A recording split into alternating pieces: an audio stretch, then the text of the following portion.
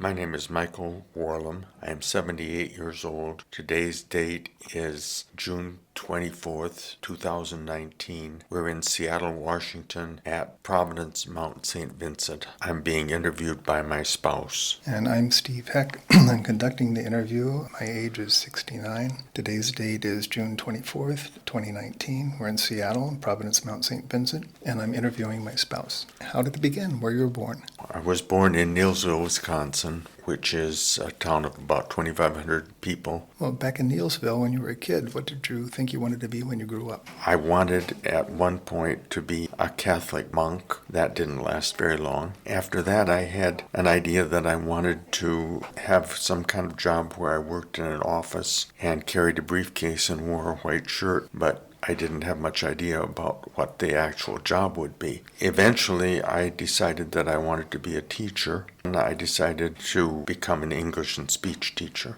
So is that what you studied in college? I did a double major in English and speech in the School of Education at the University of Wisconsin. You went how many years to college? 12 total. My graduate work was in adult education with an emphasis in arts administration. I began as a professor at University of Wisconsin. I managed a program funded by the National Endowment for the Arts to work with arts groups in 5 small communities in Wisconsin. This was called the Arts in the Small Community Project and proved to be one of the seminal programs in community arts development, unlike anything that had ever been carried out before. 3 colleagues and I put together a handbook to help people start community arts councils successfully. This book, which has probably 300,000 copies published, was the Bible for the community arts movement in this country. Then did you stay in Wisconsin to work with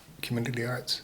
No, I went to work at the Indiana Arts Commission as the first executive director. I was too young for the job.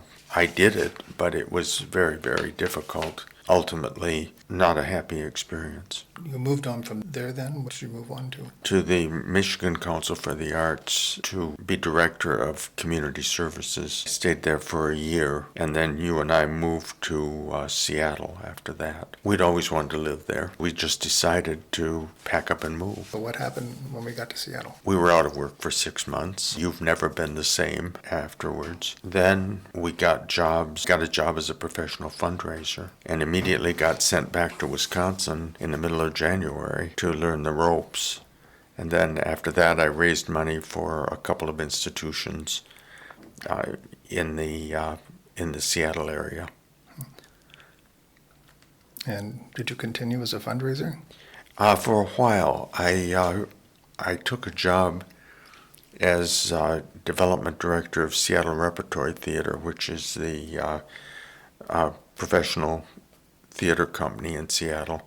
They didn't have a development department when I started, and I put the development department together for them and ran their annual fund drive. You've got kind of a pattern of pioneering things. At that time, before I knew better, I used to do that kind of thing. Did you stay with the Seattle Rep then? I stayed with them a couple of years, and then I did a complete change and began teaching business mathematics at a community college. I am very math phobic, and it would have been as easy for me to say that I was going to perform brain surgery as it was to teach business math. Ultimately, it went well. I think it's probably one of the most difficult things I've ever done. Ended up co-authoring a business mathematics textbook using a math anxiety approach. Ended up teaching in that situation for 8 years. It really helped me discover how much I enjoyed teaching. I think of all the things that I do or have ever done, teaching is right at the top of the list as far as enjoyment. I just feel alive when I'm in the classroom, and I feel like I'm doing good.